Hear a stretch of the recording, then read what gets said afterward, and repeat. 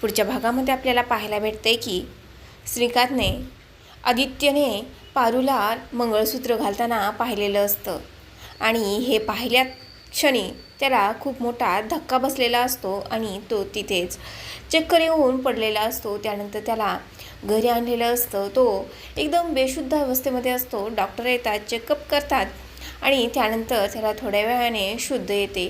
तेव्हा अहिल्या त्याला विचारते की आता बरं वाटते ना तुला? काय झालं होतं तुला अचानक? या अगोदर मी तुला असं कधीच पाहिलेलं नाही।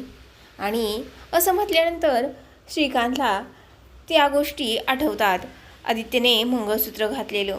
आणि त्यानंतर तो आदित्यकडे पाहत असतो। आदित्य मात्र खूपच घाबरलेला असतो आणि श्रीकांत त्याच्याकडे पाहत असतो।